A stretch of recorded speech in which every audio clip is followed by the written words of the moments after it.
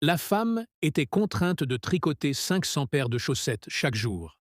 À cause de l'extrême pauvreté de la famille, elle n'avait d'autre choix que de continuer à tricoter des chaussettes et à les vendre pour gagner de l'argent. Pour plus de facilité, elle attacha même les fils de laine directement à un mouton.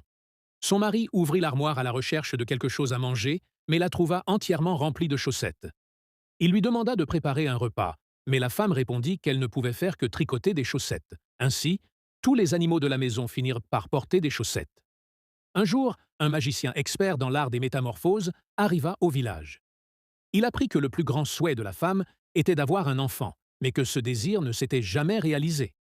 Le magicien lui jeta alors un sort, et cette nuit-là, un bébé apparut dans les bras de la femme, sauf que l'enfant n'était pas plus grand qu'un pouce.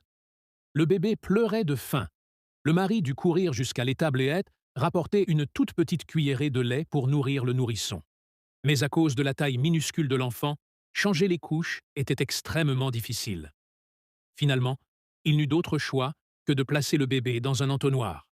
Une nuit, une main surgit soudain et enleva le bébé grand comme un pouce. C'était un chat sauvage affamé depuis des jours.